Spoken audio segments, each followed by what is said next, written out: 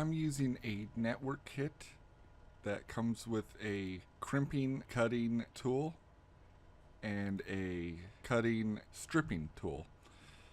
So the first thing that you do is you cut the wire to your desired length and strip it to the correct size, about an inch or two below where the cut is, and then you line up your wires the way that you want to, which I'm using Cat-5e C, and there's an A, B, and C that have different color codes.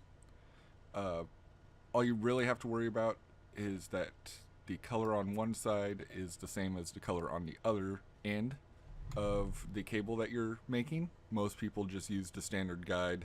If you're making your own, doesn't really matter, but you should consult the color guide no matter what.